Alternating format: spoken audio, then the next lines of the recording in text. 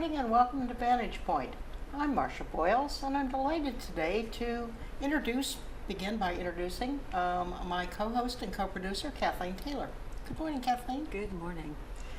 We have an interesting show, I think, today. We're both enthusiastic about this. We are covering, once again, the issue of mental health issues. And this time, today, we're talking about the cognitive changes in dementia. Let me just begin, Kathleen, by talking a little bit about how we happened to come upon this particular topic and why we're doing it. Several months ago, I asked all the friends that I have here and acquaintances, everybody I know with an email address, what their primary concerns were in terms of mental health issues and stress issues. And the thing that came back, the issue that came back as the most concern was that of cognitive changes here and dementia particularly. So we started last month with the topic of normal aging brain, and today we're going to be talking about dementia. Would you like to introduce our guests? We're just delighted to have. Yeah, it is my pleasure to introduce Heather Shirley. She is our speech-language pathologist on campus, and she's a colleague of mine that I use a lot. I appreciate so much for her knowledge and expertise. So this topic is, we did the normal aging brain last month. And so now we're going to get a little bit more deeply into the changes that may occur with actually a dementia diagnosis. Yes, we certainly have gotten good reception for last month's program. So Heather, let's start, if we could, with telling us about the different types and causes of dementia, the different forms. Sure, good place to start. So dementia in itself can come from a lot of different neurological changes. It could be reversible or irreversible. There are some instances where we might have some cognitive changes that relate to medication-induced situations, or we could have situations such as Parkinson's disease, just aged changes with memory loss and vascular dementias, those type of issues. So it really depends on what the medical condition is and how that will impact the cognitive functioning. All right, so each of those different causes then manifest somewhat differently in terms of the cognitive changes. Exactly. Okay, Right. good. So I think the next thing that we're thinking we want to give an overview of is when you start to have cognitive changes, you probably see them going through particular phases. Exactly. And that's how, people's lives start to get affected more obviously by those changes. So Right. let's start with that. Sure. So we talked a little bit last month about normal changes. We might have some normal forgetfulness that shows up. People are aware of that. They might have some word-finding problems initially. But as we move into more of a dementia situation, it becomes a more global issue that we start to see. So you might notice changes with calculation, bill paying, medication management, and then we start to go into more moderate changes and then to severe changes. So again, it depends on the medical condition that you have and the timing of those things. But a lot of times families will start to notice some of those changes first and want to have some type of format to look into that. And hopefully we can address those things early on. Is there any particular, so there is definitely a progression, and you're saying there are generally three phases that you consider. Heather, is there any formula in terms of, is one phase very much longer than another phase? Are they all about the same, or does it vary? Good question. It varies. Depends on the individual. Some individuals may move quickly through those phases. Others may not. Someone could settle in at a certain dementia level for many years, and then you start to see changes quickly from there. So it really depends on the individual and their medical conditions. Right. Yeah, and I know what Heather and I talk a lot about is the fact that though those changes might be showing up in testing, that sort of thing, that functionally people could very well be doing all right. And that relates to kind of what their overall skill set is, their cognitive reserve, all of the things that we know are somewhat protective Right. against the effects of dementia. So that's why it's just so individualized in how people are responding to the diagnosis. Right. You had also mentioned, I think, Kathleen, that those with wonderful social skills often maintain the sociability aspect fairly far, I think, into forms of dementia. Yeah, and I think it sort of depends on what people, certainly what their previous experiences had been. I mean, see people that have engineering degrees that can, one of the things we ask people to do is draw a box, and they might have pretty pronounced cognitive changes, but they can draw that box because Okay. that's just I see. really grooved into their brain pretty All right. strongly. So the Absolutely. skill set that is really part of one's personality that may be maintained for quite a while. Absolutely. Absolutely.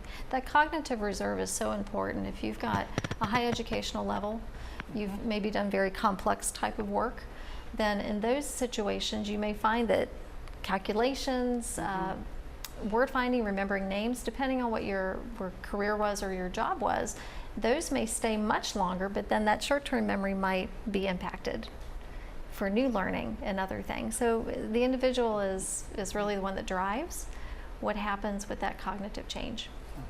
All right. One thing, this is kind of out of order for me to bring this up, but one of the things that we have all observed here is occasionally folks will move in here, and in the first weeks or even sometimes months that they're here, really we all think, oh my gracious, this person is really seriously cognitively impaired. I mean, they're true dementia, and it turns out that is not the case, that they were so stressed by moving in here that the first weeks or so they really do not act in any way normal. Yeah, we talked about that last time with the effects of stress. One thing that I wanted to bring up a little bit was, there's now genetic testing that can be done to predict your possibility of dementia. And also just the idea of knowing. I think when people start to maybe notice some short-term memory loss or other kinds of problems, maybe having trouble writing checks or something like that, some people are really reluctant to follow up with a physician and be able to, I think they're afraid that they're going to hear something that they really don't want to hear.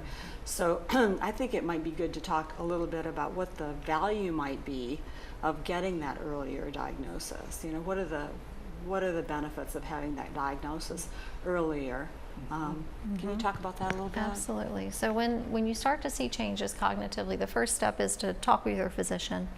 Make sure that they're aware of that so that they can do some form of assessment, maybe even a neurological assessment if necessary, so that we've got the right diagnosis. The way we treat. What kind of testing Sometimes, are we talking about normally? Sometimes they'll do a CAT scan. Sometimes they'll do a full neuropsychological assessment. I can also be utilized to do cognitive assessments here at Green Spring. So it depends on the individual, the physician, and what they desire to have as far as information. Do the social workers do cognitive tests as well? We do, but we do a very specific, we use the MOCA. So other than that, we, rely and refer to our specialists, and that's Heather and the physicians, neurologists, neuropsych, all of that is really important. Medicine is kind of a process of ruling out. So, if you have a diagnosis or you have the possibility of a diagnosis of dementia, then a lot of the process is ruling out all the other possibilities. And as Heather said, what's treatable? What can we do to address those? And a lot of times there are things that can be done to at least lengthen the time that people have being as productive and as functional as possible. Absolutely. Do you have any notion of the percentage of folks with dementia that it is a genetic issue? That's a great question. I think sometimes we determine that dementia is there when in reality it could be a hearing impairment or a visual impairment that can also impact. Does that mimic? It can definitely have an impact on that cognitive component. So from a percentage point, I'm not sure exactly what would be necessarily dementia, but we need to be careful with even hearing loss and low vision and how that's utilized as well as we assess. All right. That certainly would certainly make sense. In terms of early diagnosis, you also mentioned the fact that it allows people to get prepared. Yeah. I mean, that's the my social work perspective is that it allows people to have those important conversations with their families. Certainly, it gives them time to do advanced directives, state their preferences for end-of-life care, do their financial power of attorney, do their medical power of attorney. All those things that are going to allow them to have their rights known and observed if they're no longer able to speak for themselves. So that, for me, that makes a big importance. We are just starting the ethical wills workshops that came out of our legacy forum, and that's one of the aspects that is being stressed, is that this is the time to be doing things like that. Writing ethical wills. Right. I think another thing that I want to talk about is just how we do allow people to have meaningful lives for as long as possible, which very likely can be, pretty much to the end of the disease progression, because we have so many different supports and so many people who are very in tune with the needs of people that have dementia. So that, I think that's important, because I know Heather and I were talking about that the other day, is just, if people start to lose their orientation, their maybe, a lot of their speech functions, those kinds of things, that I think it really does, for their loved ones, it really does make them feel like they're losing the person. So we like to be able to talk about, you're still able to communicate with that person. Maybe words aren't the primary way to do that anymore. Maybe you're not going to be talking about what's in the news anymore. Maybe that person is not necessarily oriented to the day and the time or the year, but that doesn't mean that you can't still be fully present with them, and again, have that meaningful relationship. So those are the things that our teams here on campus are really looking at, as being able to provide that knowledge to the caregivers of the residents. Yes, I don't think we think in those terms, and I will be interested to have you expand on that. I mean, what kinds of relationships now are you talking about? You want to answer? Sure, I can talk to that a little bit. That's Absolutely. quite fascinating. So we use the person-centered approach here at Greenspring, and thankfully with the person-centered approach, we can initiate education with families and caretakers from an early stage of dementia, and then move through that process with them. So it may be that initially we do some strategies to assist with orientation, especially if they're a new resident to the community, wanting to get in there first off, so we can assist them so that they can be independent in independent living. And then as they may show changes over time, we can continue to modify how we utilize written cues, working through mental exercises. There's lots of different things that we can do for them. It's actually very fascinating to kind of go through that process with a family member and a resident. All right. What do you do in situations where there's no family member? In those situations, we tap into the social work team so that they can help assist with any supports that we may need in the home environment. And then there's other resources that we have here at Greenspring that can be utilized as well to support them along the way. Yeah, and a lot of times what we're looking at is being able to create an environment that supports the person. Right. So if we can create that environment in independent living, wonderful, and we'll do that. But very often a more supported, kind of controlled environment, such as assisted living or our memory care unit, ends up being the best place for that person to live and flourish. But that's where we look at the adapting the environment to meet the needs of the person. Right. Well, I know we have intermissions here, which is a wonderful program. What other kinds of support are we talking about specifically in independent living? In independent living, there may be times when we have a home support aide that is with an individual for several hours a day. I will do education with them on some of the tools and strategies as well, so that they can formulate that safe environment for the loved one. And I do education as well with family members over the phone. So when I see someone, let's say through outpatient, we'll make those connections with the family so that when they do come to visit, they can assist with supporting as well. Oh, you do? All right. Oh, that is really amazing. Heather, I think that's terrific. Yeah. That people then are prepared when they come to visit their family members. Oh, gosh. All right. I had no idea that was in place. Absolutely. Yes, I would think that would be an enormous help to family members, coping with it themselves and also then being helpful. Yeah, and in terms of the person-centered approach, we do work with all of the staff in the community to be able to help them be able to respond the most effectively to our residents. So if there are situations where the person might be having some difficulties navigating the environment, coming, for example, to the front desk in the lobby. Our front desk folks are amazing at being able to work with people that might be showing some disorientation or really needing some direction. They do that a lot. And all of our staff is pretty capable at being able to recognize a need and respond appropriately. I would agree.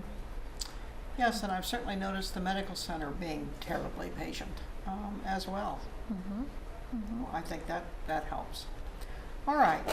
Well, gosh, this is again. I had no idea.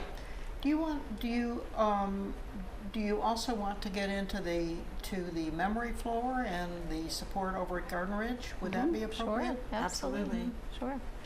So our memory care neighborhood is a very special environment because we have a more structured support system there with our activities department as well as nursing care. Rehab does come up on that neighborhood as well.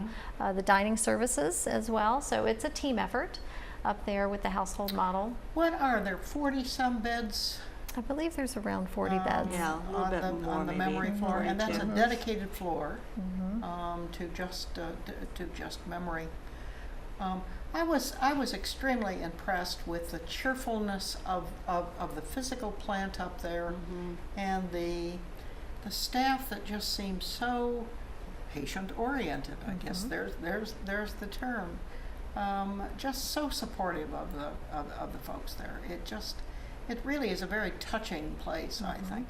Yeah, and of course it's being changed as we speak, with all of the repositioning changes that are happening in Garden Ridge, that the memory care unit is a huge focus of those changes. Kathleen, they're changing the current memory floor. Is that what you're saying? They're adding. They're expanding. They're also changing the actual rooms that are available in memory care.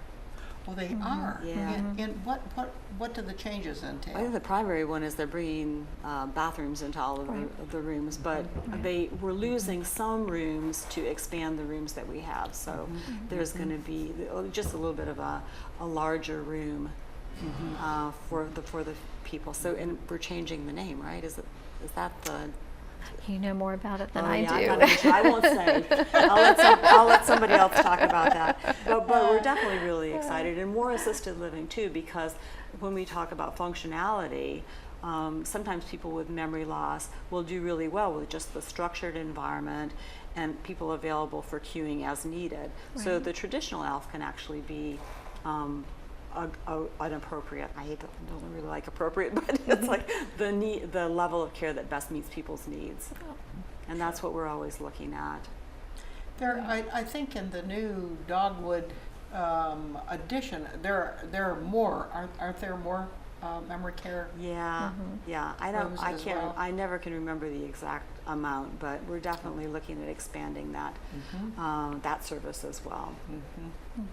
So I think we kind of talked a lot about how we support caregivers, from the standpoint of helping them learn how to best respond to their loved ones.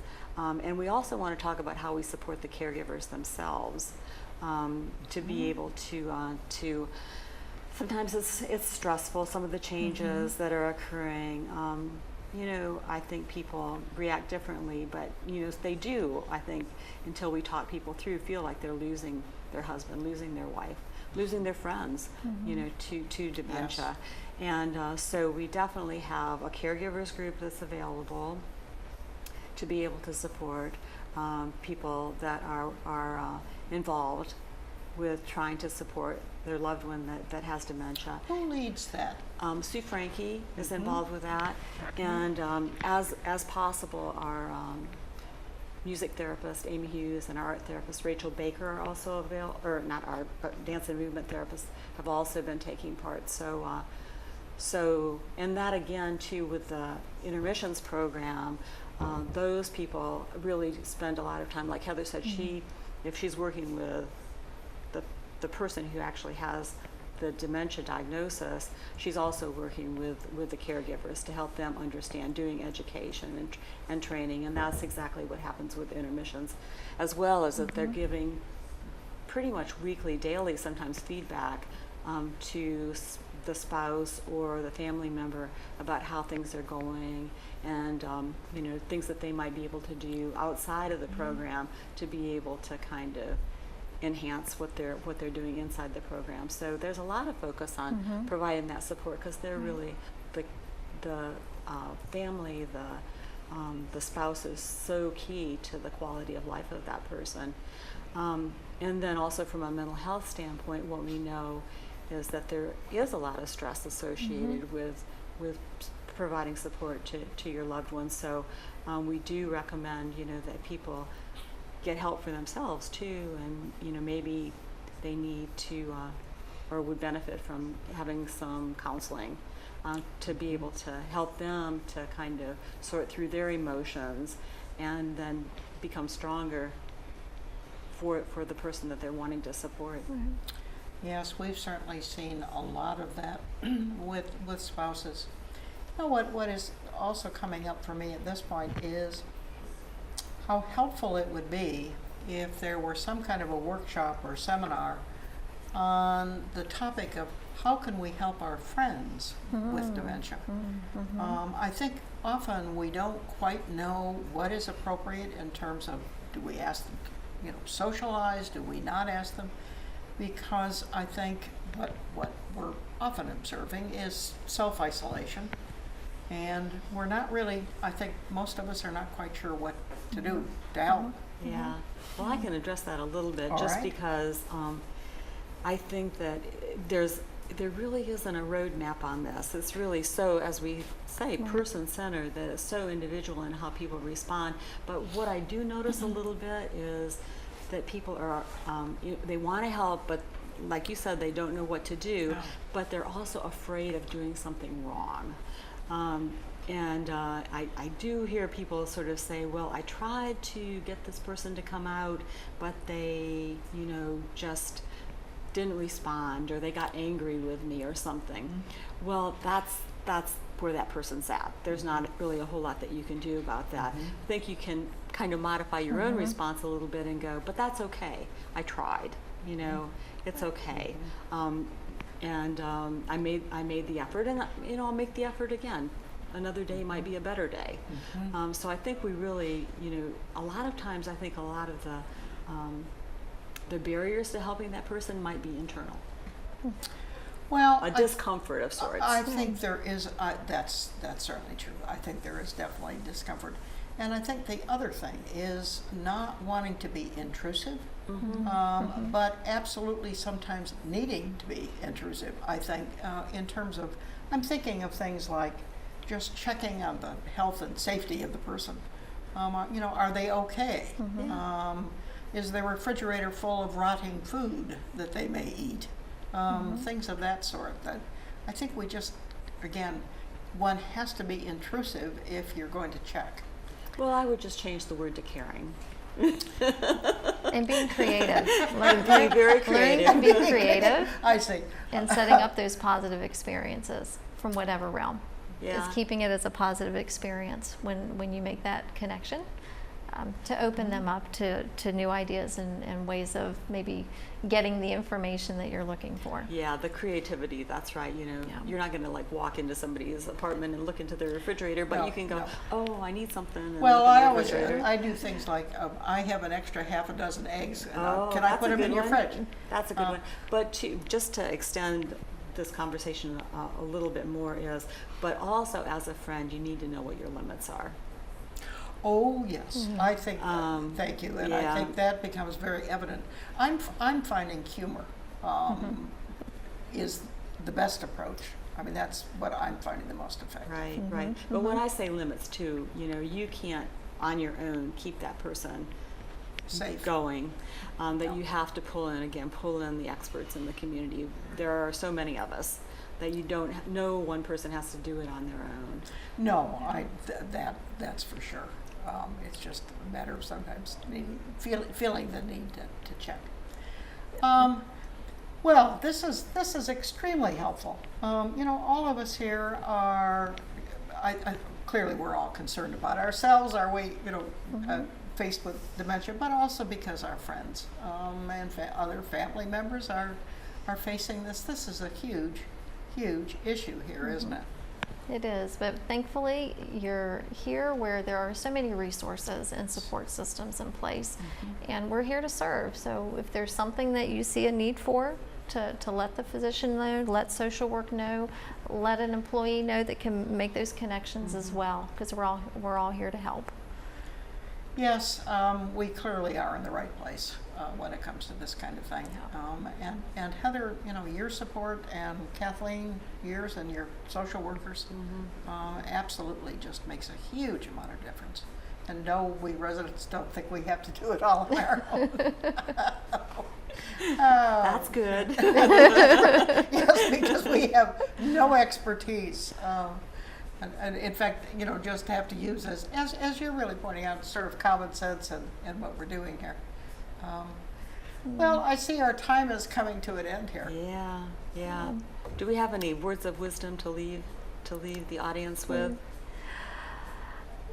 I think what I think of most for our residents here is just enjoying the experience, finding ways to enjoy your experiences here at Green Spring.